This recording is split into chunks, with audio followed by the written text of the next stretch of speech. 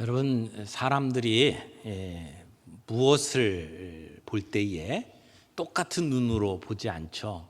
어떤 사람들은 똑같은 것을 보지만 전혀 다른 생각들을 합니다. 그 주전자에 물 끓는 모습을 보는 사람들은 참 많이 있죠. 근데 그 물 끓는 것을 보면서 증기기관을 생각하는 사람은 많지 않을 겁니다. 영국의 토마스 뉴커먼이라고 하는 사람은 그런 그 원리들을 가지고 수증기가 가진 열 에너지를 운동 에너지로 바꾸는, 그래서 증기기관을 발명을 해내죠. 여러분, 번개를 보는 사람들은 참 많습니다. 번개와 천둥이 치면 많은 사람들이 두려워하죠. 그런데 벤자민 플랭클린이라고 하는 미국의 과학자는 그것이 전기 현상이라는 것을 밝혀내고 그리고 피뢰침을 발견해냅니다. 쥐를 보면 모든 사람들이 징그럽게 생각을 하죠. 저 어렸을 때는 쥐를 잡자 이런 운동이 있어가지고 쥐 잡아가지고 꼬랑지를 잘라서 학교에다 제출하기까지 했는데 다들 막 치를 떨었습니다. 그렇게 징그러워하는 쥐를 보면서 어떤 사람은 평화와 박애를, 자유를 상징하는 그러한 그 상징으로 그림을 그려내죠. 미키 마우스라고 하는 그 캐릭터로 그림을 그려낸 월트 디즈니라고 하는 사람도 우리가 잘 알고 있습니다. 본다고 다 똑같이 보는 게 아닙니다. 평범한 현실 속에서 미래를 내다보는 사람이 있고, 그리고 평범한 그 원리들 가운데에서 새로운 발명품을 만들어내기도 합니다. 하나님이 바라보는 시선도 우리 사람이 보는 것과 같지 않다라고 하는 것을 우리는 종종 보죠. 오늘 본문을 통해서 우리는 하나님의 시선이 중심에 있다라고 하는 것을 발견하게 됩니다. 사람들은 외모를 봅니다. 겉모습을 봅니다. 겉으로 드러난 현상들을 봅니다. 그런데 하나님께서는 그 중심을 보신다, 마음을 보신다라고 이야기를 하죠. 7절 말씀에 보니까 그렇게 이야기를 합니다. 여호와께서 사무엘에게 이르시되 그의 용모와 키를 보지 말라. 내가 이미 그를 버렸노라. 내가 보는 것은 사람과 같지 아니하니. 사람은 뭘 본다고요? 사람은 외모를 보거니와. 사람은 외모를 많이 보죠. 그러나 여호와는 뭘 본다고요? 중심을 보느니라. 하나님은 사람의 중심을 봅니다. 겉으로 아무리 사람이 훌륭한 것처럼 보여도 그 중심은 다를 수가 있죠. 오늘 말씀을 통해서 우리가 몇 가지 정리를 하기를 원합니다. 첫 번째는 외모를 보는 사무엘, 중심을 보는 하나님. 우리는 사무엘이 사울 왕의 외모에 반했던 것을 압니다. 사무엘상 9장 2절에 보면 이렇게 기록하고 있습니다. 기스의 아들이 있으니 그 이름은 사울이요 준수한 자라고 했어요. 이스라엘 자손 중에 그보다 준수한 자가 없고 키는 모든 백성보다 어깨 위에 더 컸다라고 이야기를 하죠. 많은 이스라엘 사람들이 이 사울에 대한 평가를 듣고 환호했습니다. 만세를 불렀습니다. 그러나 불행하게도 외모는 준수하고 겉을 보기에는 굉장히 훌륭해 보였던 그 사울이 그의 영혼이 건강하지는 못했죠. 그는 영적으로 허약한 사람이었습니다. 그래서 결국 하나님께 버림을 받고 맙니다. 이 일을 겪고 난 뒤에 사무엘이 굉장히 상심이 컸습니다. 괴로워했습니다. 그래서 공식적인 일들을 앞에서는 사무엘이 백성들 앞에 나서질 않았습니다. 그리고는 라마로 가서 자기 집에 은거하면서 후배들을 키우는 일들만 했습니다. 선지자 생도들을 훈련하고 교육하는 일들만 하게 됩니다. 그래서 참 슬퍼하면서 시간을 보내죠. 어떻게 보면 나라가 망해가는 상황입니다. 잘못 선택한 사울이라고 하는 왕이 점점 심해 갑니다. 폭정으로 나라를 어지럽힙니다. 그것을 보면서 슬퍼하고 있는 사무엘에게 오늘 본문 1절에서는 뭐라고 이야기를 합니까? 슬퍼만 하지 말고 이제 사울을 대신해서 왕을 세웠으니까 가서 기름을 부어라 라고 하나님께서 사무엘에게 이야기를 합니다. 그래서 이스라엘을 살릴 수 있는 왕을 뽑기 위해서 사무엘이 이제 이새의 집, 이 베들레헴에 가게 됩니다. 근데 굉장히 두려워합니다. 왜냐하면 지금 사무엘이 있던 그곳에서 베들레헴까지 가려면 사울이 있는 곳을 거쳐가야 합니다. 그런데 지금 은거하고 있던 사무엘이 움직이면 금방 소문이 날 거예요. 사무엘이 어디로 이동한다. 그런데 그것이 다음 사울을 대체할 왕을 세우기 위해서 간다라고 하는 것이 밝혀지면 이건 반역입니다. 그러니까 사무엘이 두려워하죠. 이 일을 알면 나를 사울이 죽일 것이다 라고 이야기를 합니다. 그런데 하나님께서는 그에게 제사를 드리러 간다고 해라 그렇게 이야기를 합니다. 그래서 베들레헴에 가서 제사를 드리면서 하나님이 미리 예선해 놓은 왕을 보려고 하죠. 그런데 그 앞에 이새의 첫 번째 아들이 지나갑니다. 엘리압이 지나가요. 큰 아들 엘리압. 근데요, 사울 왕을 뽑을 때 겉에 외모만 보고 뽑았던 사무엘이 그 버릇을 버리지 못합니다. 엘리압을 보고 어떻게 생각합니까? 사울 왕에 필적할 만한 준수한 모습을 갖췄잖아요. 그래서 이 사람이 정말 왕이 될 사람이구나 라고 생각을 합니다. 그리고는 그에게 기름을 부려고 하는데 하나님이 급히 막으시죠. 그러면서 하나님이 주신 말씀이 조금 아까 함께 읽었던 7절 말씀입니다. 7절 말씀 뒷부분 다시 한번 봅니다. 내가 보는 것은 사람과 같지 아니하니 사람은 외모를 보거니와 나 여호와는 중심을 보느니라. 그래서 엘리압이 지나갑니다. 그 다음에 아비나답이 들어옵니다. 아비나답도 하나님이 선택하지 않았다고 돌려보냅니다. 삼마가 왔습니다. 셋째 아들. 삼마도 아니라고 이야기합니다. 근데 넷째 아들부터는 아예 이름도 기록되어 있지 아니합니다. 하나님은 모두가 아니라고 이야기를 하죠. 이 7 아들을 보았습니다만 하나님이 선택한 왕은 없었습니다. 그래서 사무엘이 이새에게 물어봅니다. 이 아들들이 답니까? 라고 그랬더니 막내 아들이 하나 더 있다는 거예요. 근데 그 아이는 지금 양을 돌보고 있습니다. 밖에서 양을 치고 있대요. 지금 가족들이 다 모여서 제사를 드리는 자리에 다윗은 끼지를 못했습니다. 그러니까 아들로 취급받지도 못했다라고 말할 수 있습니다. 그 당시에 양을 치는 일은 굉장히 천한 일 중에 하나였습니다.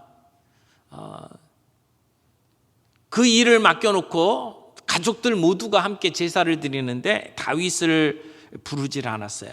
형들과 비교해 볼 때 다윗은 좀 왜소했던 것 같습니다. 그리고 겉으로 보기에 뛰어날 만한 것들이 없었어요. 거기다가 제사를 지내는데 다윗을 부르지 않은 것을 보면 가족들이 다윗의 존재를 거의 생각하지도 않는 그러한 상황이었다는 것을 알 수 있죠. 그래서 어떤 사람들은 다윗에게 출생의 비밀이 있다고 이렇게 설명을 하기도 합니다. 그러니까 본처 자식이 아닐 수도 있다라고 하는 이야기를 해요. 시편에 다윗이 쓴 글을 보게 되면 그런 것들을 충분히 상상할 수 있을 만한 그런 경험을 하지 않으면 쓸 수 없는 그러한 식구들이 나옵니다. 그래서 다윗이 집안에서 천대받았던 것은 아닐까 이렇게 추측하기도 합니다. 다윗은 이렇게 눈에 띌 만한 어떤 조건을 가진 사람이 아니었습니다. 그런데 하나님의 사람을 선택하는 것은 사람이 결정하는 게 아니죠. 하나님의 결정에 달려 있습니다. 사람이 보는 것이 그 사람의 성공과 실패를 결정하는 게 아니라고 하는 겁니다. 중요한 것은 하나님이 결정하시는 것이죠. 근데 하나님은 뭘 보시고 결정한다고요? 외모를 보는 게 아니고 중심을 보신다라고 말씀을 하십니다. 그렇다면 오늘 하나님의 손에 쓰임 받기를 원한다면 우리는 하나님이 중요하게 보고 계시는 것을 준비하는 것이 필요할 겁니다.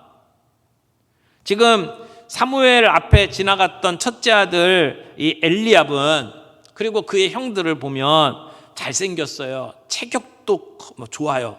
어떻게 보면 지도자로서 선택하기에 흠이 없을 정도로 리더십을 갖춘 사람들입니다. 오늘날로 표현하면 스펙이 갖춰진 사람들이고, 어떻게 보면 만능 엔터테이너라고 이야기할 수 있을 만큼 사람들이 좋아하는 그러한 모습들을 갖춘 사람입니다. 그러나 그 모습을 보고 사무엘은 혹했을지 모르지만 하나님은 고개를 저으셨습니다. 그리고 누구의 시선도 끌지 못했던 마지막 아들 다윗을 기다렸죠. 사람들은 하나님이 기다리고 있던 사람이 다윗일 거라고는 전혀 생각을 못했습니다. 아버지인 이새도 정말 의아하게 생각을 했습니다.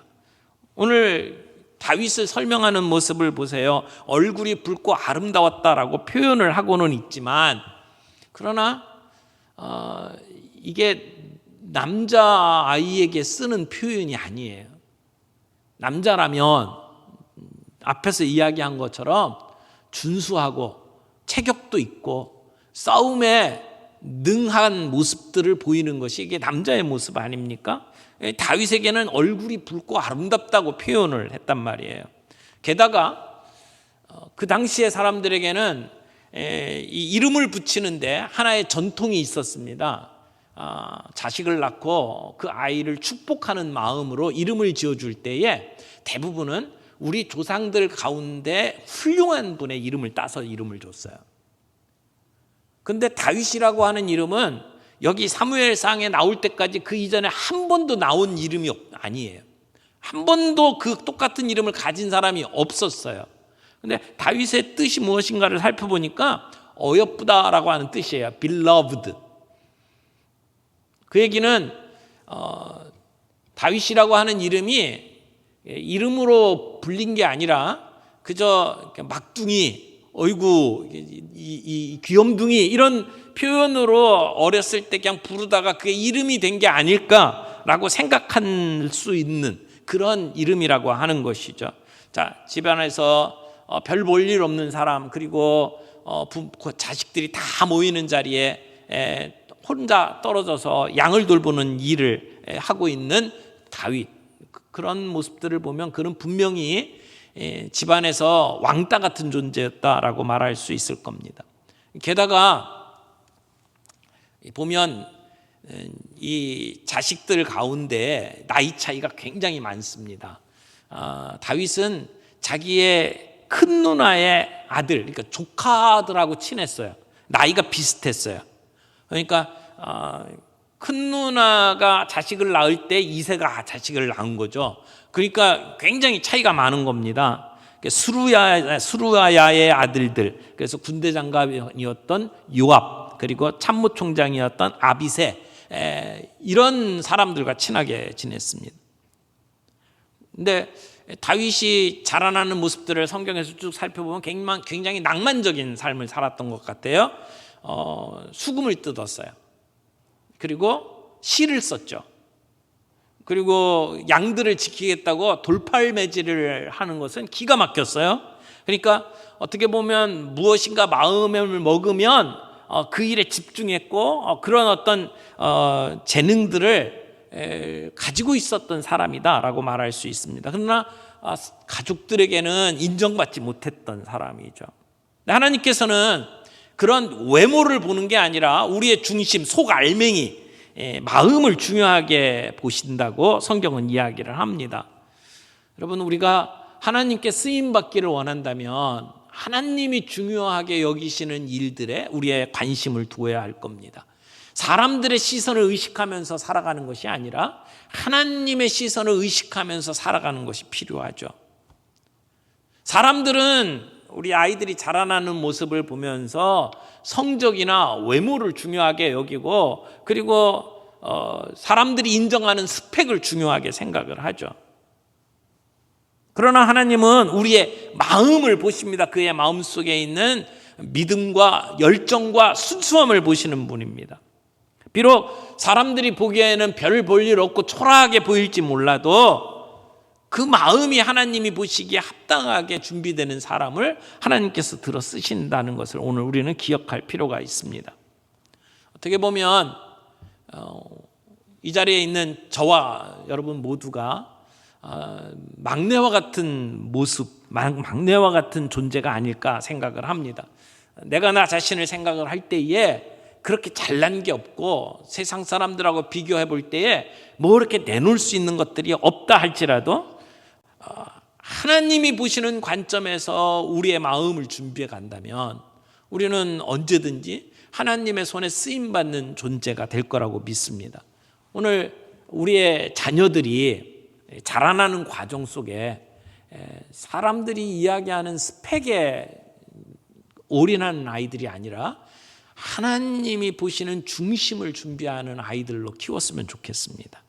오늘 하나님이 보시는 중심이 어떤 모습이었을까? 오늘 본문 말씀에서 세 가지 정도를 추려서 함께 좀 생각을 해보려고 합니다. 하나님이 보시는 중심, 첫 번째는 영성이라고 생각을 합니다.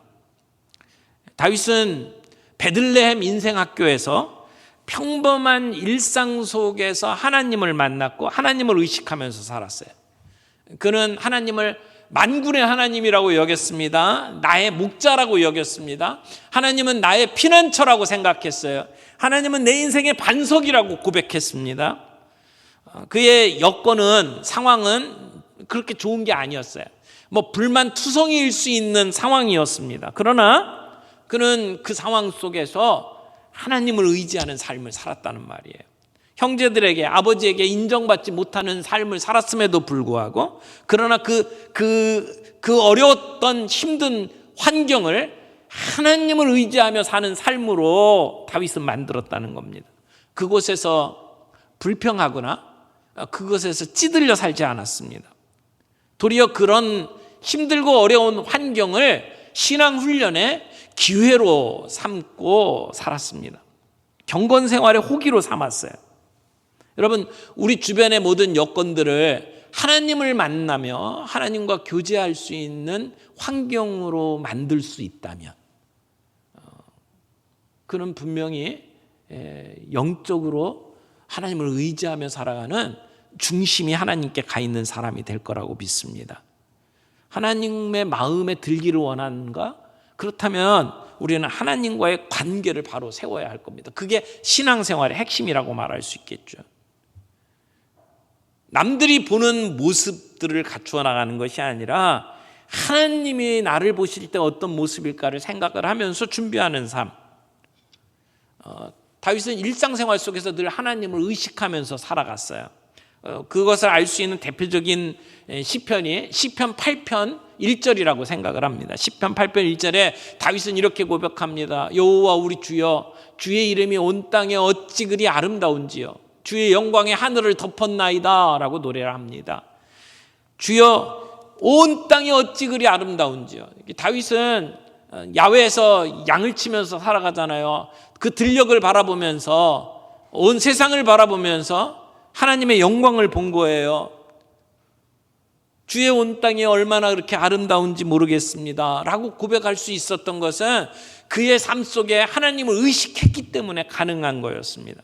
여러분 잘 알고 있는 시편 23편 1절 말씀도 이게 어렸을 때 다윗이 지은 시냐, 아니면 나이가 한참 들었을 때 인생을 회고하면서 쓴 시냐, 대부분은 나이가 들었을 때 쓴 시라고 이야기를 합니다. 그러나 그가 어렸을 때에 살아왔던 삶을 추측하게 만드는 단서가 여기 있어요. 여호와는 나의 목자시니 내게 부족함이 없으리로다. 다윗이 뭐하는 사람이었죠? 양을 치는 목동이었습니다. 양을 치면서 양과 자기와의 관계를 하나님과 자기의 관계로 빗대어서 생각을 한 겁니다.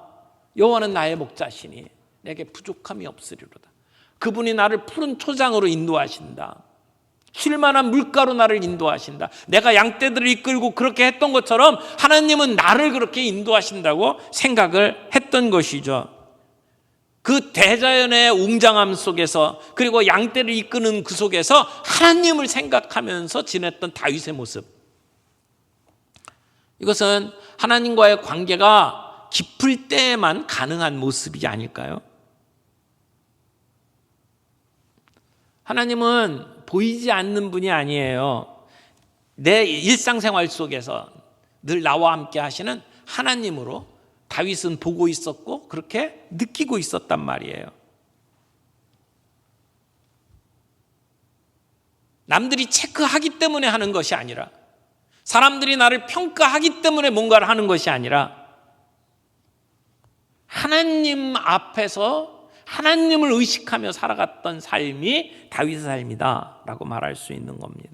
여러분, 우리의 신앙이 어떻습니까? 내가 예배에 나오고 내가 기도 생활하고 내가 말씀을 읽고 성경 공부하는 모든 것들이 정말 하나님 앞에서 이루어지는 것입니까? 아니면 다른 사람들이 보기 때문에, 의식하기 때문에 다른 사람의 눈을 의식하며 살아가는 우리의 삶의 모습입니까?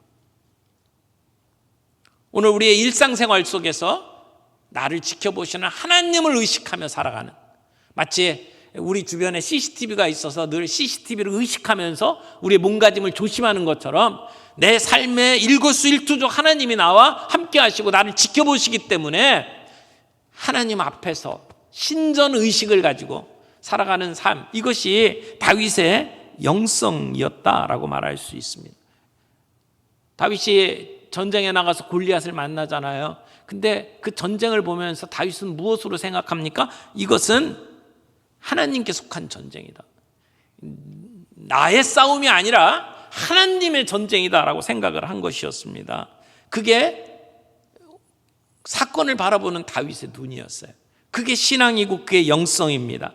사무엘상 17장에는 이 블레셋의 장수 골리앗과의 싸움이 그려져 있잖아요. 블레셋 장수 골리앗이 하나님의 이름을, 여호와의 이름을 모독하는데 정작 하나님의 백성들은 다 숨어서 침묵하고 있었습니다. 다윗은 그 전쟁터에 형들을 만나기 위해서 갔다가 그 골리앗이 하나님의 이름을 모독하는 것을 듣습니다. 참을 수가 없었죠. 그래서 그는 결국 그 전쟁에 이스라엘을 대표해서 나가 싸웁니다.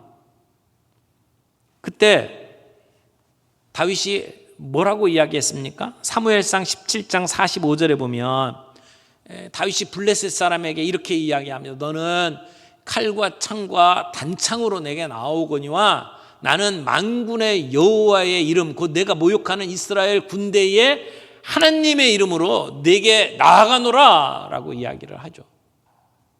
여호와의 이름으로 나아간다.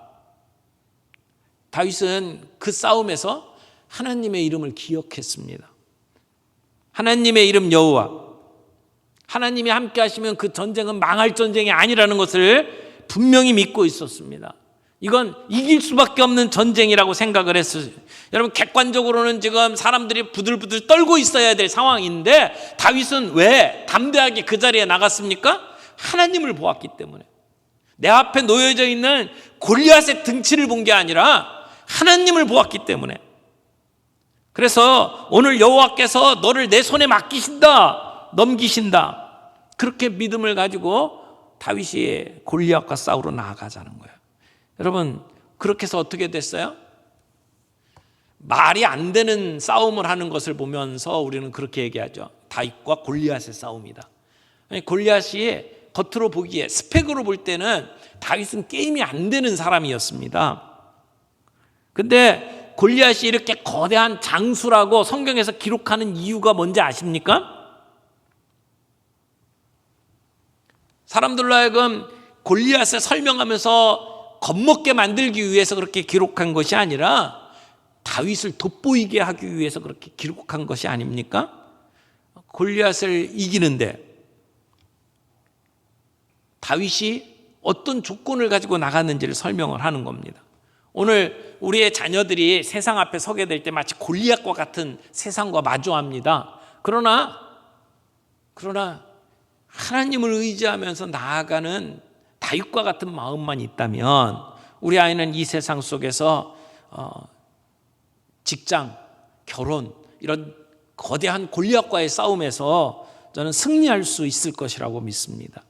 세상 사람들은 골리앗을 이길 수 있는 무기를 찾는데, 스펙을 찾는데 마음을 빼앗깁니다. 골몰합니다.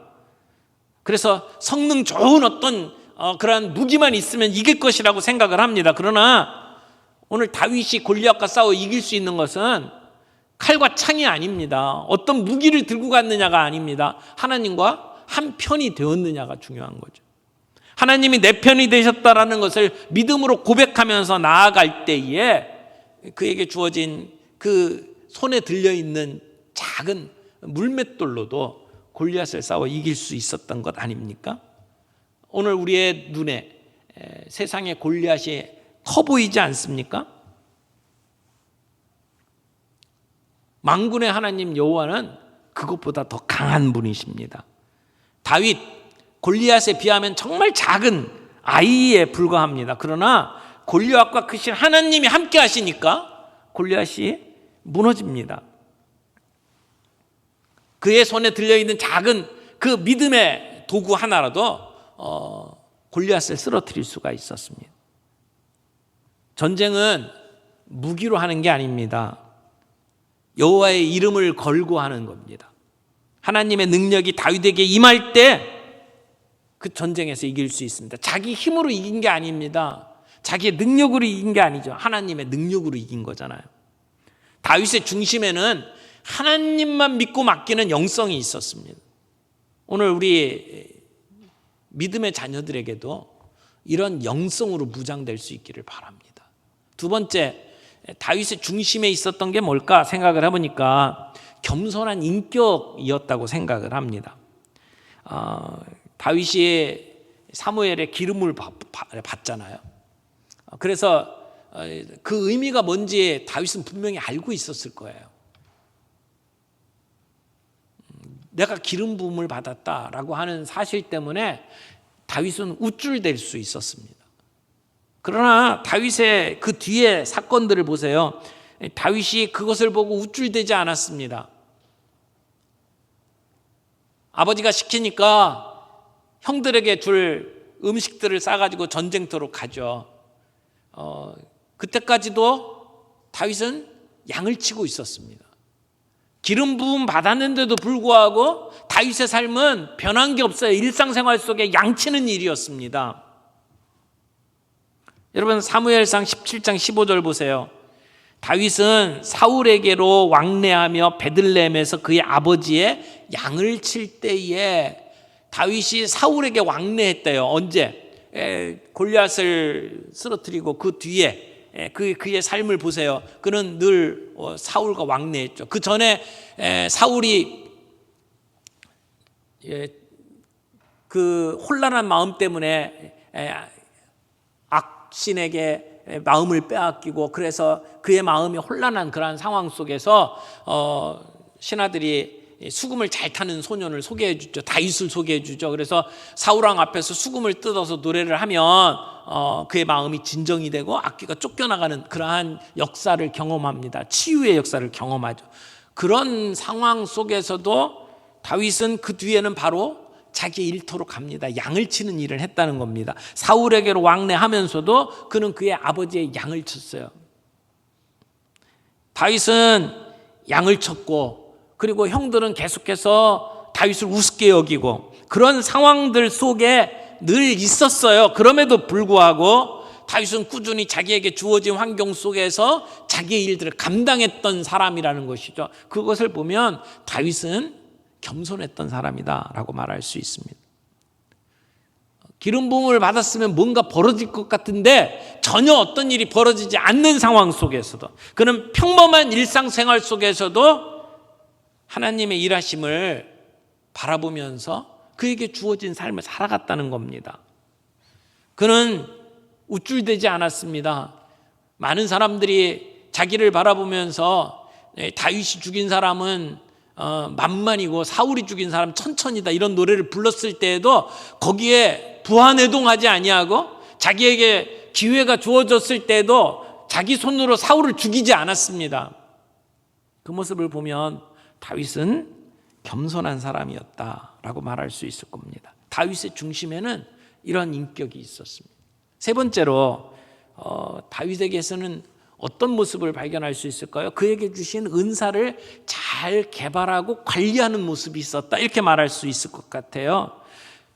다윗은 자기의 일상 속에 자기에게 주어진 책임을 감당하는 모습들을 볼 수 있습니다. 여러분, 골리앗과 싸우러 나갈 때에 물맷돌 5개 손에 들고 갔죠. 물매와 물맷돌 5개. 그가 왜 골리앗과 싸우는데 물맷돌을 들고 나갔을까요?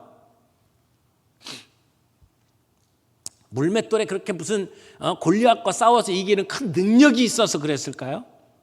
그게 아니라 다윗이 일상생활 속에 늘 해왔던 일이 물매 던지는 일이었죠. 사울왕은 자기가 쓰던 투구와 갑옷을 주고 그에게 칼을 쥐어줬지만 그것은 다윗의 등치에는 전혀 맞지 않는 일이었어요. 골리앗과 싸우기 위해서는 그만한 그러한 그 좋은 무기를 들고 나가는 게 필요하다고 사람들은 생각할지 모르지만 다윗에게는 그게 아니라 내게 익숙한 무기가 필요했던 거죠. 늘 평소에 사용했던 익숙한 무기를 들고 나아간 겁니다. 사무엘상 17장 36절에 보니까 다윗이 이렇게 고백하죠. 주의 종이 사자와 곰도 쳤은즉 살아계시는 하나님의 군대를 모욕한 이 할례받지 않은 블레셋 사람이리까 그가 그 짐승의 하나와 같이 되리이다. 그의 짐승들이 어떻게 됐어요? 그를 공격해왔던 짐승들을 그렇게 물리쳤다는 얘기입니다. 그는 골리앗을 앞에 두고 자기가 양을 칠 때 했던 경험을 이야기를 하는 겁니다. 여러분, 성령님이 임하시면, 그래서 내가 성령 충만한 사람이 되면 갑자기 이상한 사람이 되는 게 아닙니다. 내게 갑자기 없던 힘이 생기는 게 아닙니다. 지금 다윗은 한 번도 사용하지 않았던 물맷돌 들고 갔는데 성령의 능력으로 갑자기 이 돌이 가가지고 골리앗의 이마에 박히는 역사를 경험한 게 아니란 말입니다. 다윗은 평소에 자기에게 주어진 양 치는 일, 양을 돌보는 일들을 잘하기 위해서 물매 던지는 연습을 했을 거예요. 그래서 언제든지 던지면 그 돌이 잘 날아갈 수 있도록 훈련되어 있었다라고 말할 수 있을 겁니다. 여기 골리앗과 싸울 때에 골리앗의 모습을 성경에서 기록을 하고 있는데 키가 6규빗 한 뼘이라고 돼 있어요. 그것을 센티미터로 이렇게 정리를 해보니까 290 나오더라고요. 그러니까 대략 3m 정도 되는 거구예요. 엄청난 거구죠. 힘이 얼마나 셌는지 노투구를 쓰고 갑옷을 입었는데 갑옷 무게가 놋 5,000세겔이래요. 갑옷만 57kg. 웬만한 사람들이 들 수 없는 무게를 갑옷으로 입고 다리에는 각반을 찾고 등에는 창을 쥐고 있고 근데 창 굵기가 배틀채 같았다. 근데 그 무게가 철 600세겔. 그러니까 여기 창 날만 해도 무게가 7kg 정도 되었다고 이야기를 합니다. 그래서 그 거인 옆에는 방패를 든 사람들이 따로 서 있는 그러한 상황이었다고 성경이 기록을 하잖아요. 그러니까 골리앗은 거인이에요. 힘이 장사예요. 그와 싸울 수 있는 그 빈틈을 찾을래야 찾을 수가 없는 상황이에요. 그가 이스라엘 사람들 가운데 용사라고 하는 사람들을 세워놔도 이 키 차이가 엄청나게 났단 말이에요. 싸울 상대가 되지 않는 그러한 상황이었단 말이죠. 그런데 지금 다윗은 뭘 가지고 싸웠다고요? 자기가 늘 평소에 사용하던 물맷돌 가지고 싸웠다고요. 사울의 갑옷 아니고 자기의 평소에 사용하던 무기. 여러분, 오늘 내게 주어진 일들 속에 하나님이 내게 주신 그 사명을 생각하고 그 일에 최선을 다하면서 내게 주어진 그 일들을 감당할 때에 그게 내 은사가 되는 거예요. 앞으로 큰 일을 위해서 내가 골리앗과 싸우기 위해서 이걸 준비하겠다, 그런 생각 없었을 거라고요. 내게 주어진 그 양떼를 돌보기 위해서, 하찮은 일을 위해서 준비했던 일들이 나중에 하나님을 위해서 쓰임받는 도구가 된 것 아닙니까? 하나님께서는 다윗을 그렇게 준비시키셨어요. 그의 중심에 하나님을 의지하면서 내게 주어진 일상생활 속에서 주어진 기회들을 활용해서 준비했던 익숙한 것을 가지고 골리앗과 싸우게 만드셨다는 겁니다. 오늘 우리의 자녀들이 내게 주어진 기회들을 통해서 그 일에 최선을 다하면서 그래서 갈고 닦은 그 물맷돌들을 하나님께서 나중에 하나님의 나라를 위해서 사용하실 것이라고 믿습니다. 그 아이들이 오늘 하고 있는 일들이 무엇이든지 간에, 그게 피아노든지 그게 드럼이든지, 그 아이들이 오늘 그의 일상생활 속에서 주어진 일들 속에 최선을 다하면서 준비해간 그 일들이 하나님의 나라를 위해서 귀하게 쓰임받는 물맷돌이 될 것이라고 믿습니다. 우리 교회에서 아이들에게 그로잉 EOE, 또 어와나, 또 거기에 영어 성경 읽기, 다양한 아이들에게 경험을 제공을 합니다. 우리 중고등부 아이들에게는 드럼을 가르치고 기타를 가르치고 그러면서 아이들이 이렇게 자라납니다. 저는 그 아이들이 내게 주어진 그 일들 속에 최선을 다해서 준비했던 그 준비된 것들을 통해 하나님께서 그들을 사용하실 것이라고 믿습니다. 여러분, 다윗이 사울왕 앞에 나가서 수금을 뜯잖아요. 그러면 그 수금을 뜯었던 것이 준비도 안 됐는데 성령의 감동으로 갑자기 수금을 뜯은 게 아니잖아요. 그가 평소에 늘 수금을 뜯으면서 연습했던 그 실력을 가지고 사울왕 앞에서 수금을 뜯지 않았을까요? 그의 준비된 것을 통해서 하나님께서 사용하셨다라고 말할 수 있단 말이죠.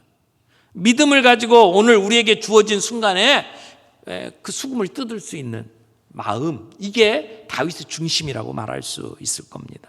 하나님의 사람은 하루아침에 급조되는 게 아닙니다. 하나님의 사람은 어느 날 갑자기 튀어나오는 게 아니에요. 어렸을 때부터 그의 중심에서부터 그의 영성과 그의 인격과 그의 은사가 준비되어 간다, 그렇게 말할 수 있을 겁니다. 오늘 우리가 자녀들을 키울 때에 이런 중심이 하나님 보시기에 합당한 자들로 세워가는 교육이 되기를 바랍니다. 최근에 어떤 매체를 보니까 이렇게 표현을 했더라고요. 진짜 땅끝은 내 자녀의 방이다, 이렇게 기록을 했어요. 우리가 땅끝까지 이르러 복음을 증거해야 된다고 이야기하는데 진짜 땅끝이 우리 자녀의 방이다 라고 기록을 해요. 여러분, 과연 우리 세대가 가지고 있는 신앙이 우리의 다음 세대까지 이어질 수 있을까요? 어떻게 보면 지금 우리는 절체절명의 위기 속에 서 있다고 말할 수 있습니다. 청소년들이 분포되어 있는 분포율, 그리고 우리 교회 안에 청소년들의 분포율을 비교해 보세요. 교회가 뚝 떨어집니다. 부모 세대의 복음화율이 보통 20% 정도로 봐요. 근데 요즘에 우리 청소년들 복음화율이 몇 프로라고 나오냐면 3.8%라고 기록이 나와요. 정확한 건지는 모르겠어요. 근데 대부분이 5% 정도로 봅니다. 그러면 4분의 1 토막 난 거예요.